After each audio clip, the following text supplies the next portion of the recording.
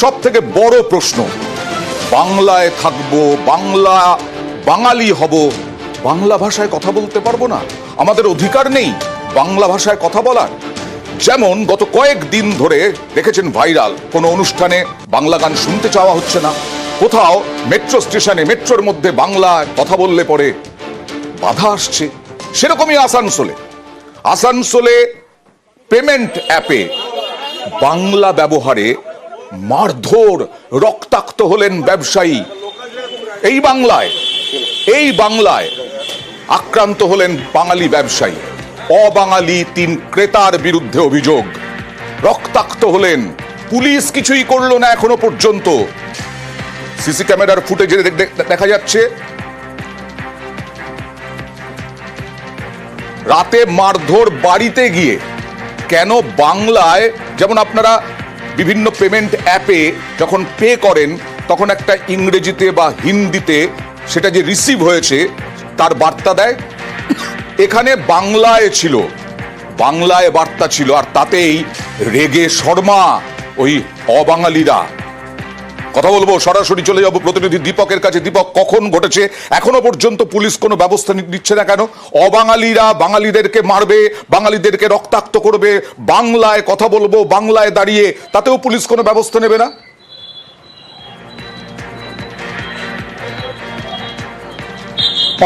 একেবারে ভাষা বিবাদের জেরে আক্রান্ত হতে হলো দোকানদারকে।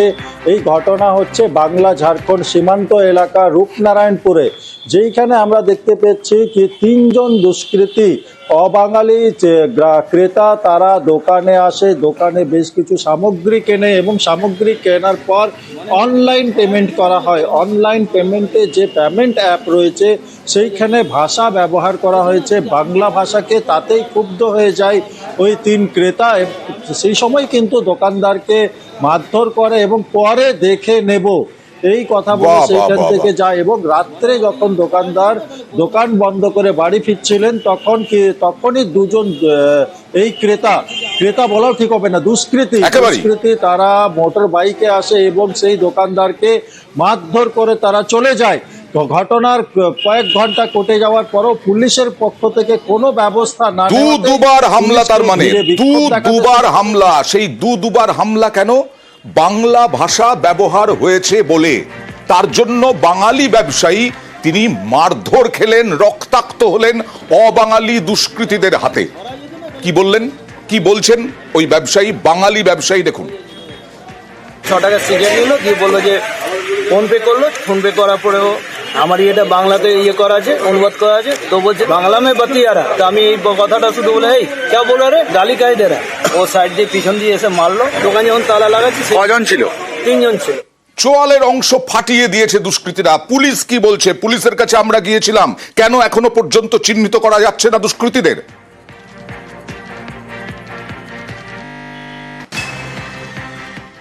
পুলিশ জানাচ্ছে কি রাতের অন্ধকারে এই ঘটনা ঘটেছে এবং সিসি ক্যামেরার ছবি তারা সংগ্রহ করেছে। এবং পুলিশের প্রাথমিক অনুমান কি যে 3 জন ক্রেতা দোকানে এসেছিল তাদের সঙ্গে বচসা হয় ওই দোকানদারের, পরে সে হামলার শিকার হয় ওই 3 জনের কাছে। তারা কিন্তু ঝাড়খণ্ডের মিহিজাম এলাকার বাসিন্দা হতে পারে, এমনটা পুলিশের অনুমান।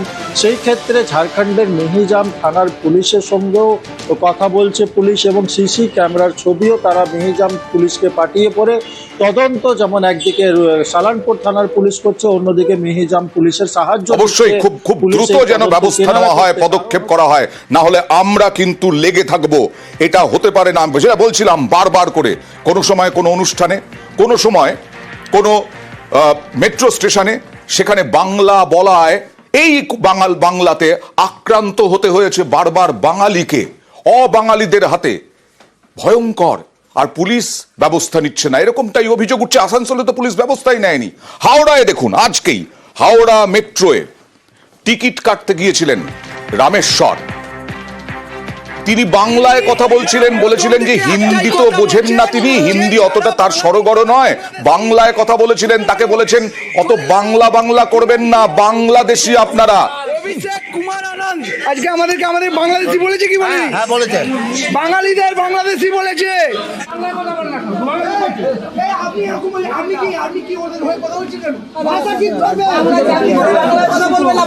ও এখানে গরম আছে বিহারি বাংলায় কথা বলতে হবে, বাংলায় চাকরি করে বাংলায় কথা বলতে হবে। টিকিট কাউন্টারের কর্মীর বিরুদ্ধে অভিযোগ দেখুন। টিকিট নিতে এসেছি, তিনি প্রথম থেকে একটাই কথা বলছেন যে যারা বাঙালি তারা বাংলাদেশি। চলে গেল কি নাম কি আনন্দ? অভিষেক কুমার অভিষেক কুমার আনন্দ আজকে আমাদেরকে আমাদের বাংলাদেশি বলেছে কি বলেনি? হ্যাঁ বলেছেন। অন্যান্য যাত্রীরাও বলছেন হ্যাঁ বাংলাদেশি বলেছেন ওই অভিযুক্ত কর্মী, মেট্রোর কর্মী। এবং যখন মোবাইল দিয়ে ছবি তুলতে শুরু করলেন যাত্রী, তখন পালালেন ওই মেট্রোর কর্মী। অদ্ভুত ব্যাপার। রৌনকের সঙ্গে কথা বলবো, ঠিক কি হয়েছিল একবার অভিজ্ঞতাটা শেয়ার করতে চাইবো নিউজ 18 বাংলার দর্শকদের সঙ্গে। তোমার সঙ্গে যাত্রী বোধহয় রয়েছেন।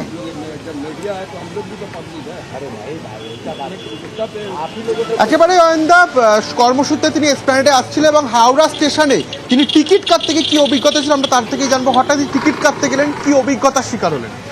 আমি টিকিট কাটতে গেলাম হাওড়া স্টেশনে, হাওড়া মেট্রো স্টেশনে টিকিট কেটে লাইনে দাঁড়িয়েছি। তো উনি পরিষেবা দিচ্ছিলেন, তো ওনাকে আমি বললাম যে আমাকে একটা এসপ্ল্যানেডের টিকিট দিন। উনি বললেন, উনি হিন্দিতে কথা বলছেন, বাট আমার হিন্দিটা সত্যি, আমার হিন্দিতে প্রবলেম আছে, ঠিক আছে। আমি বললাম আমি বুঝতে পারছি না, আপনি একটু আমায় বাংলাতে পরিষেবা দিন না। বলছে বেশি বাংলা করবেন না, তাহলে এটা বাংলাদেশ হয়ে যাবে। মানে বাংলায় বলার জন্য বাংলাদেশি আখ্যা। একদম আমার বাংলায় বলার জন্য এখানে অনেক লোক ছিল, আমি ভিডিও করেছি পরে, কিন্তু বাংলায় বলার জন্য বাংলাদেশ হয়ে যাবে। আর এই রকমভাবে একটা জিনিস আমি স্পষ্ট বুঝেছি যে এখানে হিন্দি চাপিয়ে দেওয়ার একটা ব্যাপার চলছে। আর এই সময় বাংলাদেশে যে উত্তাল পরিস্থিতি, সেইটাতে সঙ্গে আমাদেরকে রিলেট করে দেওয়ার একটা প্ল্যান চলছে। আপনি তো নর্মাল টিকিট কাটতেই গেছিলেন, আপনি আপনার মাতৃভাষার টিকিটটা চেয়েছিলেন, সেক্ষেত্রে হঠাৎই বাংলাদেশি আখ্যা আপনার প্রতি মানে চড়া। এখানে কি তার মানে সঙ্গে উনি যারা staff- সহযাত্রী ছিলেন তারাও কি প্রতিবাদ জানিয়েছিলেন তখন? উনি হিন্দিতে পরিষেবা দেবেন, এটা আমায় মানতে হবে। আর যদি না মানি তাহলে আমি বাংলাদেশ। আপনার সঙ্গে যারা সহযাত্রী ছিলেন মেট্রো, তারাও কি আপনার এই বিষয়টা প্রতিবাদ জানিয়েছিলেন?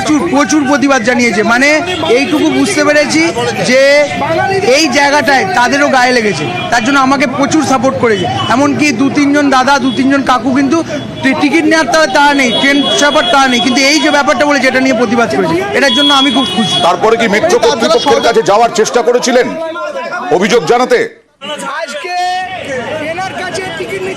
আচ্ছা, আপনি যখন এই ঘটনা ঘটে তারপরে যে স্টেশন মাস্টার রয়েছে তার কাছে কি গেছিলেন বা অভিযোগ করে? না আমি এখনো যাইনি, কারণ আমার কাজের ব্যস্ততা ছিল বলে।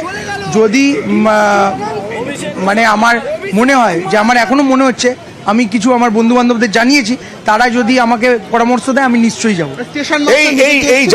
এই যাত্রী কি অভিজ্ঞতার মধ্যে পড়েছিলেন একবার সরাসরি আবার সেই ছবিটা দেখাই।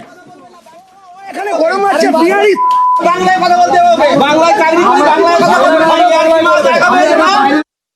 আজকে এনার কাছে টিকিট নিতে এসেছি, তিনি প্রথম থেকে একটাই কথা বলছেন যে যারা বাঙালি তারা বাংলাদেশি। চলে গেল কি নাম কি আনন্দ? অভিষেক কুমার আনন্দ আজকে আমাদেরকে আমাদের বাংলাদেশি বলেছে কি বলেনি? হ্যাঁ বলেছেন। বাঙালিদের বাংলাদেশি বলেছে। আপনি কি ওদের হয়ে কথা বলছেন কেন? ভাষা ঠিক করবে, ও এখানে গরম আছে বিহারি বাংলায় কথা বলতে হবে, বাংলায় চাকরি করে বাংলায় কথা বলতে পরপর হবে। আসানসোল হাওড়া বাংলায় কথা বলতে চাইলে, বাংলা সামান্য বলাতে চাইলে বাংলাদেশি তকমা, বাংলাদেশ হয়ে যাবে, এত বড় সাহস। আর আসানসোলে বাঙালি ব্যবসায়ী তার পেমেন্টের যে অ্যাপ, সেই অ্যাপে বাংলা সেভ করে রেখেছেন। বাংলা বলতেও হয়নি ওই অবাঙালি দুষ্কৃতীদের। তারা মারধর করে রক্তাক্ত করলেন বাঙালি ব্যবসায়ীকে। আর যেটা বলছিলাম, কিছুদিন আগেই একটি অনুষ্ঠানে ইমনকে ফেস করতে হয়েছে। কি ইমন এখন অস্কারে মনোনীত, সেই শিল্পীকে ফেস করতে হয়েছে বাংলা গান নয়, হিন্দি গান। আর তারপরে প্রতিবাদ করেছিলেন ইমন চক্রবর্তী। কি প্রতিবাদ করেছিলেন দেখুন। তুমি বাংলায় থেকে যদি এই কথাটা বলো, আমি সাহসের সঙ্গে জোরের সঙ্গে আজ দেখে বলো আমি বাংলা গান শুনবো না, অন্য কোনো জায়গা হলে না চুলের মুঠি ধরে ক্যাম্পাসের বাইরে বের করে দিত। ফালতুগিরি করো না, একদম করো না। এই স্টেটটার নাম বাংলা,